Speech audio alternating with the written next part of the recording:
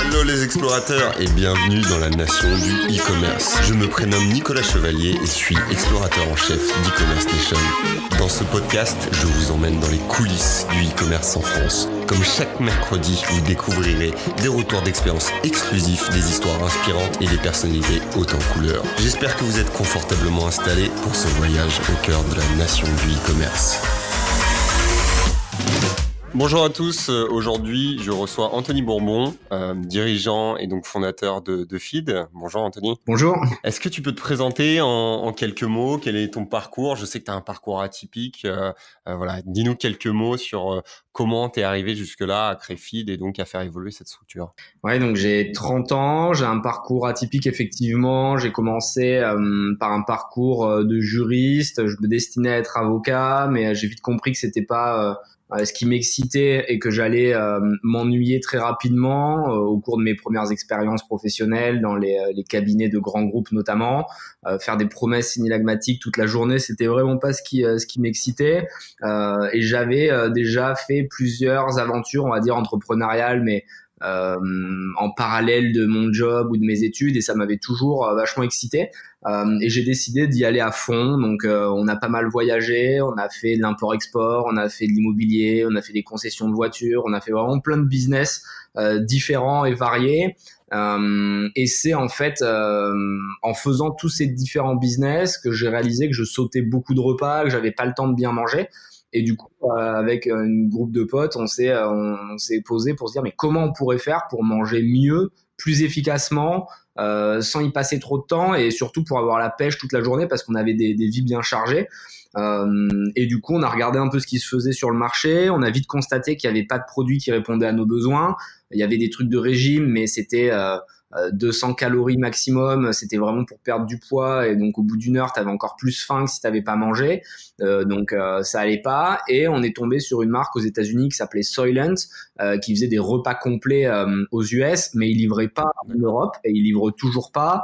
Dans tous les cas, c'était pas du tout adapté aux usages, on va dire français, parce que rempli d'OGM, sans aucune saveur. C'est-à-dire que t'as une saveur pour toute la gamme, t'as pas de variété. T'as que 400 calories par repas parce que les Américains font plusieurs repas, donc il fallait boire 2 bouteilles pour avoir l'équivalent d'un vrai repas européen. Bref, il y avait plein de raisons pour lesquelles ce serait jamais adapté pour notre marché. Et du coup, on a commencé à faire notre recette, mais sans avoir en tête l'idée de la commercialiser. C'était plus pour répondre à nos besoins, comme souvent avec les startups. Et quand on a vu que c'était intéressant et qu'il y avait une traction autour du projet, parce qu'on avait des collègues qui en mangeaient, parce qu'on avait des amis qui en mangeaient, on a décidé de s'entourer de médecins, nutritionnistes, d'ingénieurs agroalimentaires, de manière à pouvoir professionnaliser la marque et l'industrialiser et l'offrir au plus grand nombre. T'en as parlé, tu disais que voilà, sur notre marché, on est très différent, on a une approche de l'alimentaire qui est assez sacrée, d'autant plus en France. On parle de slow food. Est-ce que au final, t'as senti voilà, une réticence par rapport à ce produit-là ? C'est quoi l'accueil ? Tu disais qu'il y avait de l'attraction, peut-être par une certaine cible de personnes. C'est quoi l'accueil qui a été fait par rapport à Feed ? Alors Feed est un produit évidemment super clivant en France. Au début, quand j'ai commencé, tout le monde me disait mais n'y va pas, tu vas perdre ton temps, ça ne fonctionnera jamais, tu feras jamais plus de 100 000 euros de chiffre d'affaires. On est au pays de la gastronomie, on aime bien manger. Et en réalité, en année 2, on est déjà plus de 60 personnes dans la boîte, on a levé plus de 20 millions et là, on va lever encore 50 millions dans les prochaines semaines. On fait des dizaines de millions d'euros de chiffre d'affaires, comme quoi la seule chose qui compte, c'est la data et pas un feeling, un ressenti. Il faut se baser sur des choses qui sont concrètes. Néanmoins, il faut pas se voiler la face. Il est évident que Feed est un produit qui divise. Maintenant, c'est intéressant d'avoir un produit qui est clivant parce qu'au moins, il permet de pénétrer très rapidement un marché. Si tu essayes de couper un truc avec le dos d'une cuillère, tu vas avoir du mal parce que ça tranche pas. Si tu arrives avec une hache, tu mets un coup dans ta bûche, quoi, elle va se couper en deux vite fait. Donc nous, on a conscience que il y a peut-être 60 ou 70% du marché qui s'intéressera pas à nous et qui ne consommera jamais les produits Feed, mais 20 ou 30% bien travaillés avec des lifetime value qui sont intéressantes, avec des coûts d'acquisition qui sont bas et surtout un très gros repeat, ça nous permet déjà de faire des business de plusieurs centaines de millions d'euros, comme c'est le cas aux États-Unis avec Soylent. Maintenant, à nous de savoir l'expliquer, à nous de l'adapter au marché, d'avoir des bons arguments, c'est très important et c'est parfois ce qu'on a loupé. On n'a pas été assez didactique, on n'a pas assez expliqué et les gens avaient l'impression qu'on était là pour imposer une solution qui allait révolutionner l'alimentation, alors qu'en réalité, feed, c'est une alternative, c'est une option qu'on propose et l'objectif n'est pas du tout de se substituer intégralement à la nutrition traditionnelle, mais plutôt d'apporter un truc qui est agile, qui va vous simplifier la vie, qui va vous faire gagner du temps, les moments où vous êtes pressé. Alors, t'en as parlé de ce côté clivant. Est-ce que t'en joues sur la com, sur la stratégie? C'était déjà quelque chose qui faisait partie de ta stratégie, ou tu t'es dit bon, ok, il se passe ça, c'est plutôt positif, on va voir comment on peut le réfléchir, travailler avec cet élément-là? Non, ça s'est imposé à nous assez naturellement. On n'a pas surfé dessus outre mesure. Naturellement, on voit que ça fonctionne, donc on va pas s'en priver. Mais disons que c'était pas un postulat de base de se dire on va énerver les gens et on va aller les bouleverser. Ils se sont bouleversés tout seuls. Hein. C'est-à-dire que nous, on est toujours un peu étonnés de voir à quel point les gens parfois réagissent. On dirait que enfin, ils mènent une guerre contre feed. Certains, c'est assez exceptionnel parfois sur les réseaux sociaux de voir à quel point il y en a qui sont engagés et qui se disent bon bah notre mission dans la vie, c'est de détruire feed. Mais au final, ils font pas du tout de mal à la marque. Au contraire, ils nous permettent. Il la renforce. Évidemment, il la renforce et puis ça permet de créer du débat. C'est des débats qui effectivement sont intéressants pour nous. Autour de la table, les gens en parlent. On sait pertinemment que aux alentours de Noël, quand des familles sont réunies, il y a une recrudescence du mot feed sur les réseaux, sur Google par exemple, en recherche, parce que les gens veulent se renseigner. Donc il n'y a pas de mauvaise pub, il n'y a pas de bad buzz en fait pour une startup, il y a que du buzz. Donc on est content que ce soit clivant. Après évidemment, il faut pas que ça tombe au pugilat, il faut que ce soit toujours basé le débat sur des arguments qui sont factuels, qui sont intelligents et c'est à nous d'aller donner des arguments qui sont en fait irréfutables. C'est une erreur qu'on a fait à un certain moment, vouloir peut-être parler de goût, vouloir parler de recettes, mais c'était subjectif et les gens disaient bah ouais mais moi j'aime pas. Et ça, qu'est-ce que tu peux y répondre quoi? Si le mec il aime pas ta recette au chocolat, à part dire que toi tu l'aimes, il y a pas d'argument. Donc on se concentre plus sur bah ouais mais feed ça vous fait gagner du temps, c'est parfaitement équilibré, ça vous apporte de la satiété, c'est économique et abordable, c'est pratique, ça se conserve pendant 1 an, c'est idéal dans certains moments de consommation qu'on va pousser aux consommateurs comme les journées où tu es surchargé, les moments où tu as envie de faire du sport, les activités outdoor, quand tu es en déplacement et du coup bah avec ces éléments factuels, le débat peut avoir lieu même dans un pays comme la France. Ok, très bien. Je te propose maintenant de plus faire un peu le bilan de cette évolution de feed, autant sur le plan entrepreneurial que sur l'aspect du marché, du business. C'était quoi les périodes phares sur l'année passée? Tu as parlé de levée de fonds. Votre effectif, il a grandi de combien de personnes? C'était quoi les chantiers sur lesquels tu as travaillé en priorité? Yes, en quelques chiffres, feed en moins de 2 ans du coup parce qu'on a commencé, enfin ouais en 2 ans maintenant, on a commencé en janvier 2017. On est passé donc de 0 employé à plus de 60 employés. On est passé de 0 point de vente à plus de 3500 points de vente. On est passé de 0 € en caisse à plus de 20 millions d'argent levé dans 3 tours de table différents, avec un nouveau tour là, un très gros tour qui va tomber bientôt. On fait des dizaines de millions d'euros de chiffre d'affaires. Enfin, c'est vraiment impressionnant de voir à quel point tout a été vite. On est passé de 1 recette à plus de 50 recettes.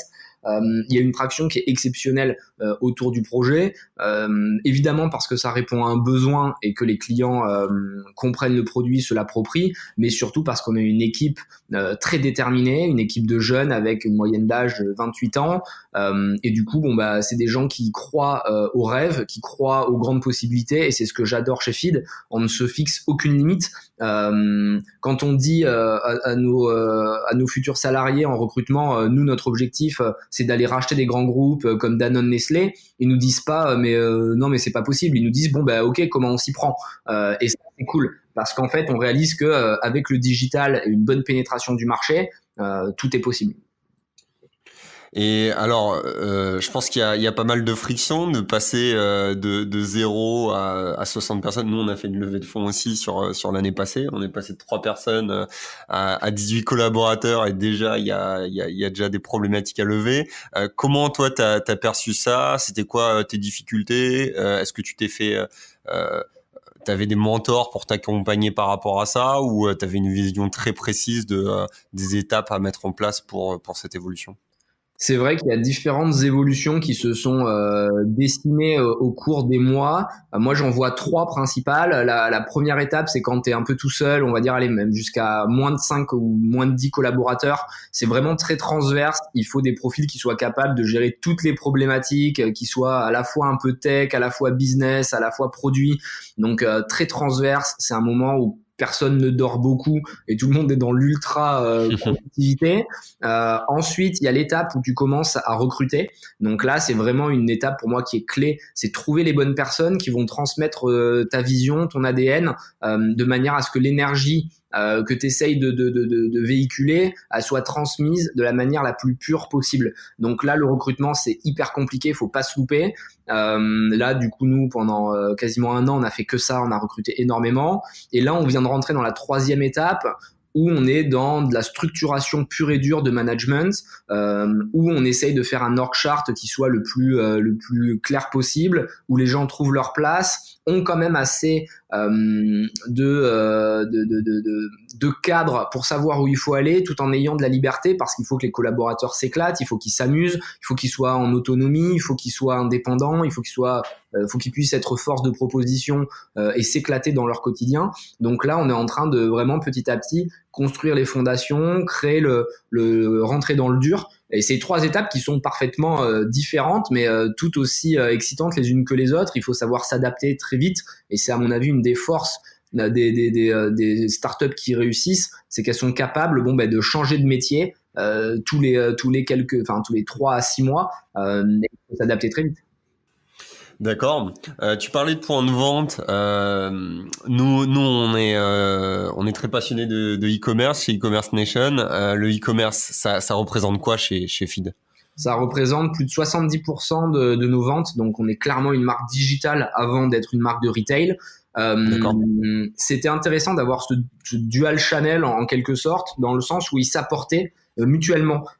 Un client qui commence à acheter Feed online, il peut parfaitement aller en acheter chez Franprix ou Monoprix à côté de son travail ou à côté de sa salle de sport, et ensuite redevenir client online, ou inversement, tu peux découvrir le produit avec un coût d'acquisition du coup qui est neutre, parce que tu vas chez Franprix, tu vois le packaging, il t'interpelle, et du coup tu te renseignes sur cette marque et après tu vas acheter sur le site. Donc les deux s'apportent mutuellement, et c'était assez intéressant de les voir grossir au fur et à mesure. Même si naturellement le online est quand même beaucoup plus rapide, parce que on n'a pas besoin de force de vente comme c'est le cas en offline. Il suffit d'appuyer sur un bouton pour toucher des centaines ou des millions de personnes avec une ads qui est bien pensée. Donc très clairement notre ADN vient du digital, et c'est comme ça qu'on ouvre les marchés. Quand on ouvre un pays, on teste d'abord online, on regarde s'il y a de l'attraction, si les métriques sont bons, et ensuite on y va avec les commerciaux sur le terrain. Aujourd'hui, vous êtes présent sur combien de pays? On a 30 pays qui nous commandent online. D'accord. Et en offline, on est présent dans 4-5 pays où on commence vraiment à s'installer. Donc le online est largement en avance. C'est un peu notre ouvreur de porte. Le online, ça nous permet de tester, d'A/B tester en live, et d'avoir des chiffres qui sont convaincants ou non, et de vite voir si un pays fait du sens pour nous. D'accord, donc tu parlais en termes de levier, tu parlais d'ads, tu as parlé aussi du packaging. Sur tout ce qui est online, stratégie influenceur aussi, il me semble. Vous êtes très présent, tout ce qui est community management ou autre, vous avez fait aussi une de vos forces là-dessus. Est-ce que tu peux nous en dire plus un petit peu sur ces leviers, ou si tu as des leviers additionnels pour le online? Ouais, bien sûr, les classiques, les ads en Facebook, Instagram, Twitter, YouTube, évidemment on est dessus. C'est les contenus que tu vas imposer là pour le coup aux utilisateurs, donc c'est un peu le plus agressif de ce que tu peux faire en ads, parce que le mec il est en train de scroller dans son fil, tu lui imposes ton produit, donc c'est un peu c'est un peu comment dire l'étape la plus difficile, et avec un CAC un coût d'acquisition qui va être un peu plus élevé, mais néanmoins c'est nécessaire pour faire vite connaître le produit. Après on fait évidemment une stratégie SIA, SEO, où là pour le coup on répond à une recherche et quelqu'un qui va taper repas en poudre ou repas feed, là on va lui apporter de l'information, donc c'est un peu plus bas dans le funnel. Et puis on fait ensuite du retargeting tout en bas, où les gens qui ont visité le site, les gens qui sont déjà au fait de ce qu'on fait, on se rappelle à leurs bons souvenirs en leur disant au fait t'as toujours pas finalisé ton achat, est-ce qu'on peut t'aider, est-ce qu'on peut te pousser un contenu, en essayant évidemment d'adapter le plus possible. On a toujours plus de 400 ads qui tournent, 400 ads qui vont être spécifiques en fonction des besoins. On va pas pousser les mêmes pubs aux sportifs qu'aux étudiants, ni aux gamers, ni aux mamans qui viennent d'avoir un enfant. Donc c'est vrai que c'est compliqué à gérer parce qu'on a des algos qui calculent tout ça et parfois il y a des erreurs. On est connu aussi pour aller tellement vite que parfois on fait des mini bad buzz parce qu'il y a des erreurs qui sont faites, mais c'est pas complètement déconnant et nous on est fiers de nos erreurs, même si on essaie évidemment de les éviter au max, mais on peut pas apprendre à marcher sans tomber de temps en temps. Et du coup, souvent on tombe. Et puis les gens nous clashent sur Twitter parce qu'ils aiment bien critiquer. Et puis nous, c'est pas grave, on se relève et on réfléchit déjà à comment on peut faire mieux le coup d'après. Et ça nous permet de toujours se surpasser, de toujours oser. C'est super important pour une startup, et notamment dans le digital, de tenter des choses. Donc jamais on blâmera quelqu'un qui a fait une connerie chez nous et qui s'est tapé un bad buzz parce qu'elle a essayé une nouvelle idée. C'est pas grave. Si t'as testé quelque chose et que ça a pas marché, on le refera plus, mais au moins t'as tenté quelque chose. Ce qu'il y a de pire, c'est une équipe qui est dans le confort et qui veut surtout pas prendre de risques parce qu'elle aurait peur de se faire engueuler si elle fait une connerie. Donc moi je préfère que les gens fassent des conneries, qu'ils testent des choses, et puis après les influenceurs, t'en as parlé, évidemment c'est quelque chose qui fait du sens pour nous. C'est des publics qui sont assez jeunes, hein. Feed c'est entre 18 et 35 ans on va dire, passer les 45 ans, même si on n'exclut personne parce qu'on a des consommateurs de tout âge et de tout milieu, c'est quand même un peu moins dans la cible. Nous, on est très urbain avec les personnes qui sont sportives ou un peu CSP, CSP+. C'est assez étonnant. D'ailleurs, on a un public qui est très éduqué, qui se renseigne énormément, qui lit, qui essaie de comprendre ce qu'on met dans nos recettes. Donc, il faut qu'on trouve les bonnes méthodes pour leur parler. Et les influenceurs font partie de leur quotidien aujourd'hui parce que tout le monde va sur Instagram ou sur Facebook ou sur d'autres réseaux sociaux pour regarder ce que font les personnes qui considèrent comme étant en tout cas influenceurs, et ça fait du sens de leur faire passer notre message. Ça fait un peu moins commercial que les ads, même si maintenant je crois que plus personne ne se voile la face et tout le monde a compris qu'il y avait un business derrière tout ça. Et que moi, à titre perso, je suis un peu moins fan des influenceurs. Feed n'est pas une marque hyper adaptée en réalité aux influenceurs. On les fait parce que c'est un channel, mais on a un panier assez élevé. On a un panier à 70-80 euros, donc un AOV qui est assez haut, et c'est pas, disons, un panier adapté avec de l'influence, où en général tu vas plutôt acheter des trucs à 10, 15, 20 euros maximum, un achat un peu d'impulsion, un achat rapide. Donc on le fait pour ancrer le produit, mais c'est pas ce qu'il y a de plus héroïste. Ouais. Et surtout que vous avez une marque forte avec un produit qui est clivant. Donc j'imagine vous avez des consommateurs qui sont des ambassadeurs forts et qui vont peut-être avoir un discours beaucoup plus authentique. Et donc cette logique d'influence va être plus étalée sur peut-être une logique de micro-influence et plus sur une logique de fanbase et de masse, non? Ouais, je suis d'accord. C'est difficile de trouver des gens qui parlent bien du produit, et ça peut vite le décrédibiliser. On a fait quelques erreurs en choisissant mal des influenceurs qui le faisaient vraiment dans un esprit de business, et du coup ils te parlaient pas du produit, tu vois, juste ils le consommaient, mais ça se voyait que c'était fake, que c'était pas naturel, et du coup le consommateur se sent floué là, tu vois. Si le mec il a l'impression vraiment d'être pris pour une vache à lait et que c'est du placement produit pur et dur, ça passe pas en fait. Je pense que les gens sont pas bêtes, et qu'il faut être le plus naturel possible, et on est les premiers à se moquer de certaines pubs qu'on a pu faire à une époque et qu'on essayait, qui étaient pas du tout naturelles, qui avaient été jouées par des acteurs un peu pourris, et d'ailleurs qui sont ressortis sur Twitter là il y a pas longtemps. C'était des vidéos qu'on avait coupées parce que elles étaient clairement nulles, quoi. Et ça fonctionne pas, ça parle pas, parce que les gens ils veulent pas se sentir manipulés. Donc on essaye d'être le plus transparent possible, mais en même temps, c'est vrai qu'il y a des algos qui poussent des ads et c'est pas un humain qui valide les 400 ads à chaque fois. Et donc, parfois, il y a des petits dérapages, mais c'est aussi ce qui fait le charme de la marque. Nous, il n'y a pas de strate de vérification, c'est-à-dire que c'est pas comme dans les grands groupes où si tu veux faire quelque chose, t'as 20 personnes qui vont te valider ton projet. Nous, si on a quelqu'un au online qui se chauffe et qui dit je veux essayer ça, il essaie et puis voilà, il assumera. Soit ça marchera et donc on dira bravo, t'es super fort, et soit il se prendra un gros bad buzz et puis on lui dira voilà, tu t'es ramassé, maintenant relève-toi et réfléchis différemment. Donc c'est ce qui fait le charme aussi des startups. C'est vraiment intéressant. Je pense que de toute façon, c'est une tendance globale où aujourd'hui, pour une startup, on évalue beaucoup plus la rapidité, la vitesse que le travail de qualité. Pourquoi? Parce que comme tu l'as dit, tu es sur une logique d'itération. Donc, ce qu'il faut, c'est vaut mieux échouer et vite. Comme ça, tu apprends plus tôt et tu peux te remettre sur la bonne voie plutôt que voilà, prendre le temps de se préparer, de bien réfléchir les choses et puis de se planter au bout de plusieurs mois. Donc, cette logique de rapidité, de vitesse, surtout dans votre logique d'hypercroissance, de nouveaux marchés, elle a un sens. Et au final, c'est ce qui vous permet, avec une marque forte, de fédérer des gens et donc de toujours d'aller de l'avant. Hein. Évidemment, c'est clé pour tout le monde. Nous, on est dans l'A/B testing pur et dur. Alors évidemment, on fait pas n'importe quoi et on réfléchit à ce qu'on lance, mais il n'y a pas de réunion, quoi. C'est-à-dire que nous, on fait une réunion, elle dure 10 minutes. À la fin, on se dit on essaye, oui ou non, mais on va pas réfléchir 20 ans, faire des brainstorms. Il y a beaucoup de gens qui critiquent sur ce qu'on peut faire, mais la réalité, c'est qu'en 2 ans, si on avait pris le temps à chaque fois qu'on voulait tester quelque chose, de se poser, de l'écrire sur un tableau blanc et puis de mettre les plus et les moins. Enfin, on en serait encore à réfléchir s'il faut aller chez Franprix et Monoprix, alors que entre temps, on a recruté plein de monde et qu'on a fait du business. Donc, même pour l'équipe, c'est quand même beaucoup plus excitant d'être dans une boîte qui teste des trucs, qui est une sorte de launchpad d'innovation. Et c'est ce que, d'ailleurs, on parle beaucoup évidemment avec les industriels il y en a certains qui nous font des propositions de rachat, qui veulent investir. Enfin, il y a plein de trucs qui se passent. Mais ils nous disent, on aimerait tellement pouvoir essayer des trucs comme vous. Et quand il y a des équipes ou des personnes qui travaillent dans ces grands groupes qui viennent et qui sont un peu en off, elles nous disent, mais je rêve, moi, dans mon grand groupe, de faire des projets comme ça et de demander la validation de personnes et de tester. Donc, c'est aussi ce qui excite les gens et ce qui nous permet de pas avoir de turnover chez Feed. On a personne qui part de l'équipe. Sur les 60 personnes, il doit y avoir 3 ou 4 départs grand maximum, et pour la plupart, c'est parce qu'ils allaient à l'étranger. Donc, les gens sont contents de travailler ici, on leur fait confiance et du coup, ils sont super investis. Alors, tu as parlé de cette logique RH.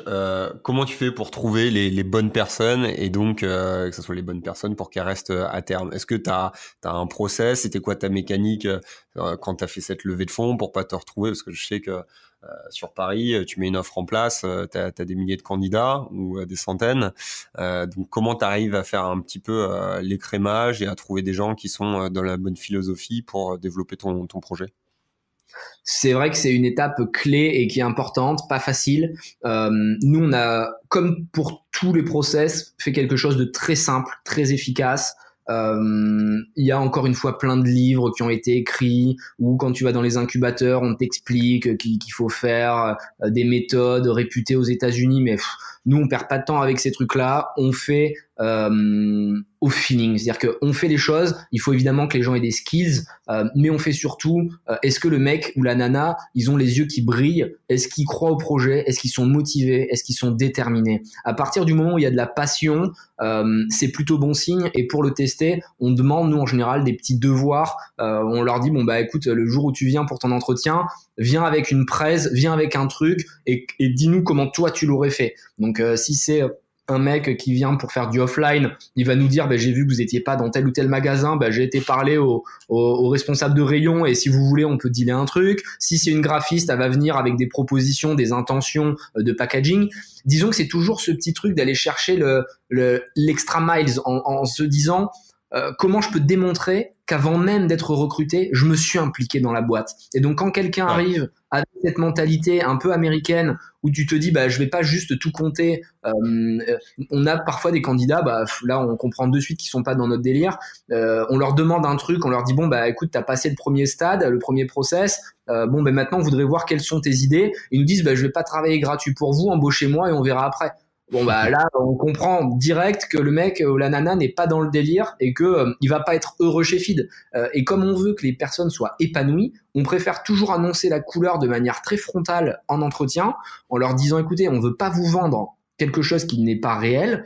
Feed, voilà comment ça se passe. On bosse dur, on s'éclate énormément et on s'amuse tous ensemble parce que c'est une véritable famille qu'on a créée avec des gens qui sont soudés, qui s'entraident, qui sont là les uns pour les autres. Néanmoins, on n'est pas là pour trier les lentilles, quoi. On est là pour envoyer du gros bois. Il faut que ça pulse. Il faut des gens qui ont de l'ambition. Il faut des gens qui soient motivés.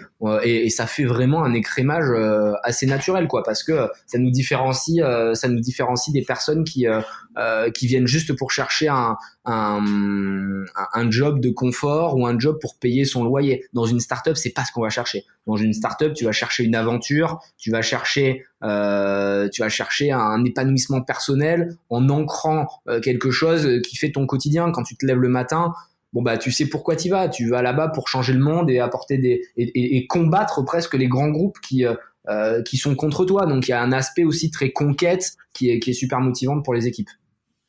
Super, moi je pense que ça nous donne pas mal d'idées sur la structuration, sur cette évolution de 2018, sur votre levée de fonds, sur cette logique de recrutement, sur l'approche du marché.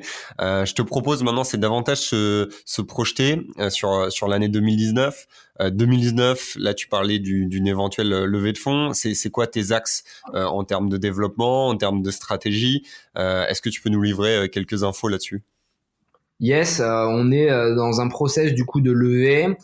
C'est pas facile pour nous parce que on a vraiment tout qui nous tombe dessus en ce moment, à la fois des investisseurs qui veulent rentrer, on a beaucoup de propositions de rachat de la part d'industriels, donc on peut pas non plus balayer d'un revers de main tout ce qui se passe. On est obligé d'observer le marché, donc on a pris une banque d'affaires pour nous simplifier un peu tous ces process et qu'on reste concentré sur Feed, c'est la clé et c'est souvent une erreur que font les startups. Elles se focus sur leur argent, sur leur levée et du coup elles oublient l'opérationnel, sauf que c'est l'opérationnel qui te permet d'avoir des chiffres et ces mêmes chiffres te permettent de lever. Donc tout étant lié, il faut pas non plus trop te défocus. Donc on va aller faire une levée pour pouvoir encore accélérer le business d'un point de vue international. On a démontré que même dans un pays qui est pas forcément intuitif comme la France, on arrive à imposer un produit, c'est qu'on pourra le faire encore plus facilement à l'étranger. Les premières insights qu'on a, que ce soit en Angleterre, que ce soit en Allemagne ou aux Pays-Bas, enfin ça cartonne et le produit est encore plus facilement adopté parce qu'ils ont l'habitude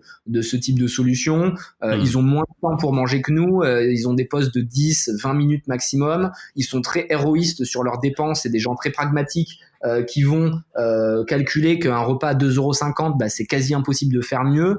Du coup, bon, bah, ils sont beaucoup plus factuels que les Français qui sont sur un aspect un petit peu sacralisé de la nourriture où ils ont l'impression de bien manger entre midi et deux, mais en réalité, ils mangent une salade ou ils vont manger un sandwich. Quand tu compares de manière très factuelle, c'est pas sain du tout, mais bon, peu importe. Donc l'international, c'est vraiment ce qui nous anime.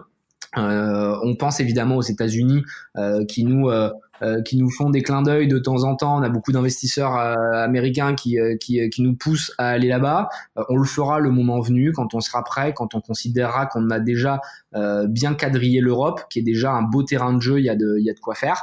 Et puis évidemment des nouveaux produits, des nouveaux formats. On veut constamment proposer de l'innovation et donc on a des nouveautés qui vont sortir dans les prochaines semaines avec des formats toujours plus gourmands, toujours plus pratiques. On avait commencé avec des produits très rupturistes comme la poudre, les bars, de manière à aller un peu choquer le marché. On savait que ça allait faire bouger. Là, on essaye d'ouvrir des produits qui sont un peu plus habituels pour le marché français. On a fait une pâte à tartiner qui est super bonne et qui est un véritable repas complet, c'est-à-dire que tu manges ta pâte à tartiner avec du pain et t'as l'intégralité de tes apports. Alors tu peux le prendre comme un repas complet ou comme un snacking qui est sain à 4 heures, juste t'en prends un peu moins. Donc ça marche très fort et on a d'autres formats un peu dans l'esprit qui vont se présenter dans les prochaines semaines. On va continuer à améliorer nos recettes, on va continuer à améliorer notre UX sur le site, on va continuer à développer l'intelligence artificielle qui permet de pousser les produits adaptés, le CRM aux bonnes personnes au bon moment avec des contenus toujours plus engageants, tout en faisant parler de la marque parce qu'on continue à créer quelque chose de fort. C'est une DNVB, donc c'est quelque chose qui doit transmettre de l'émotion. On a une fondation aussi qui va faire son arrivée on va lancer une fondation qui est hyper importante pour nous parce que elle va démontrer que feed, c'est pas seulement faire du chiffre d'affaires, c'est pas seulement vendre des barres et des bouteilles, mais c'est plutôt démontrer que tout est possible. Moi, je viens d'une famille très pauvre, donc je suis pas du tout le cliché de l'entrepreneur qui a fait HEC et qui a ses parents qui sont dans des fonds d'investissement. Au contraire, mais c'est la preuve que n'importe qui peut réussir aujourd'hui en France, contrairement à ce qui est souvent dit. Et puis, si tu te donnes les moyens, que tu te donnes de la détermination, que tu es motivé, tu peux trouver des gens qui sont dans cet esprit et pénétrer très rapidement un marché et aller affronter des gros Américains ou des Anglais qui sont assez solides. Donc, ouais, 2019 va être une belle année bien chargée. On est impatient d'atteindre tous ces objectifs. Grosse ligne directrice sur cet aspect européen, consolider les positions, plus de pénétration sur ces marchés-là, renforcer votre gamme aussi au niveau du site.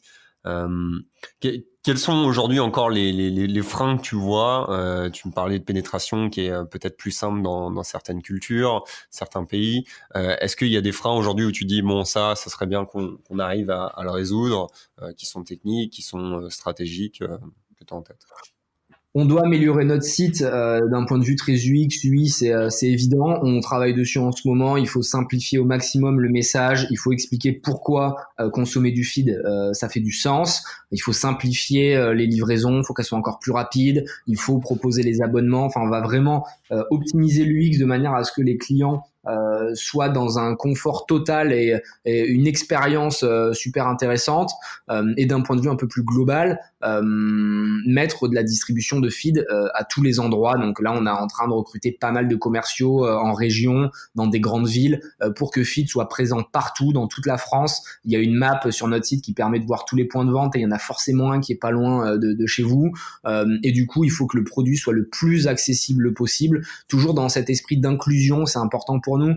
Inclusion dans le sens où personne ne doit être stigmatisé, ostracisé. Tout le monde doit pouvoir consommer du feed à la fois par son positionnement prix, parce que c'est un produit mass market, donc il faut que tout le monde puisse se l'acheter, à la fois par le cahier des charges, c'est-à-dire qu'il faut que n'importe qui puisse consommer du feed, même les véganes, ceux qui sont sensibles à certains allergènes, qui veulent manger made in France. On essaie de faire des produits qui soient le plus ouverts possible, et en plus ça permet d'éviter la souffrance animale, ça permet de pas mettre de conservateurs, donc nous on est parfaitement alignés avec ces valeurs-là.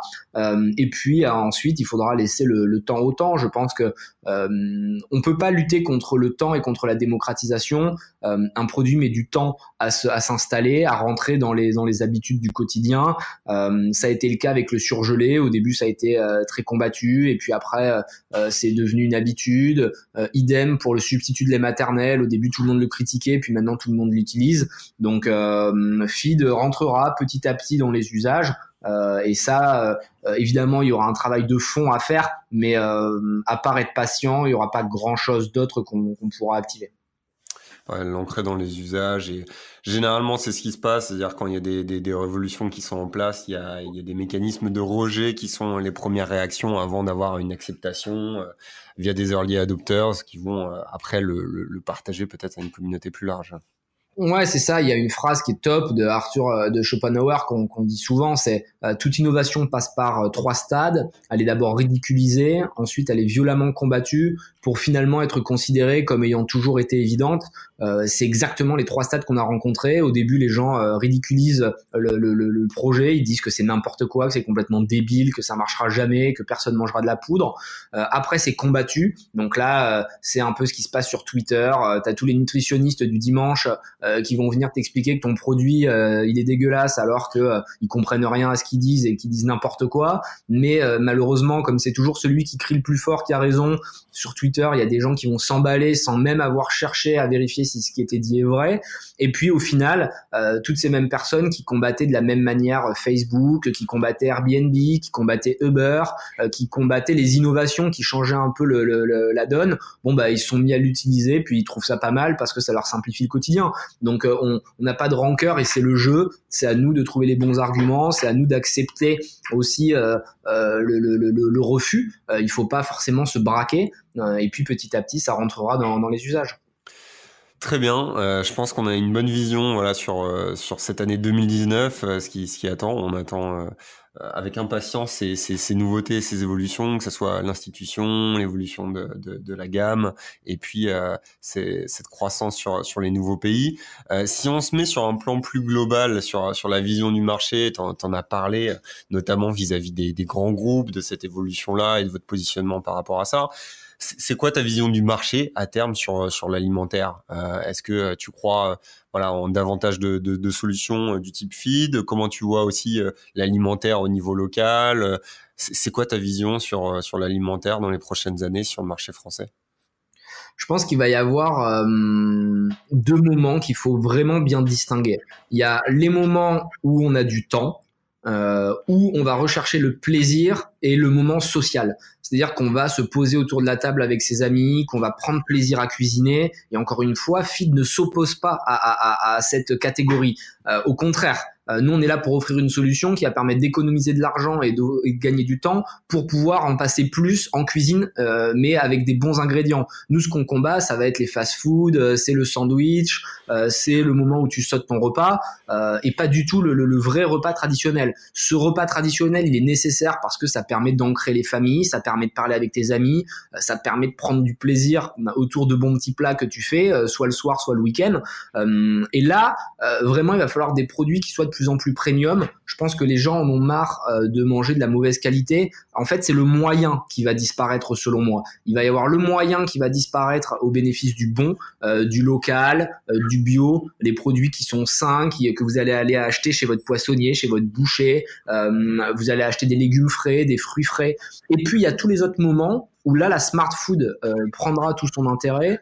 Les moments où vous êtes pressé parce que vous êtes en train de faire une séance de sport, ou parce que vous avez une journée trop chargée, ou parce que vous êtes dans votre voiture, ou dans l'avion, ou dans les transports, ou vous faites du trekking dans la nature. Bon, ben là, la smart food vous apportera une solution qui est équilibrée, qui est saine, et il faudra le voir non pas comme un plaisir organoleptique qui vient en concurrence, parce que forcément manger de la smart food, ce sera toujours moins agréable que de manger un bon petit plat qui a mijoté pendant 2 heures. Mais par contre, c'est un outil qui vous permet d'optimiser votre nutrition, qui vous permet d'avoir l'intégralité de vos apports et du coup de pouvoir continuer la journée en pleine forme sans avoir de carence, avec des solutions qui sont de plus en plus adaptées, presque personnalisées. Je pense que c'est aussi un axe qui va intéresser le marché dans plusieurs années. Nous, on commence déjà à s'y intéresser parce que les gens n'ont pas tous les mêmes besoins, n'ont pas tous les mêmes objectifs, n'ont pas tous les mêmes styles de vie, et la smart food peut parfaitement répondre à ces besoins-là.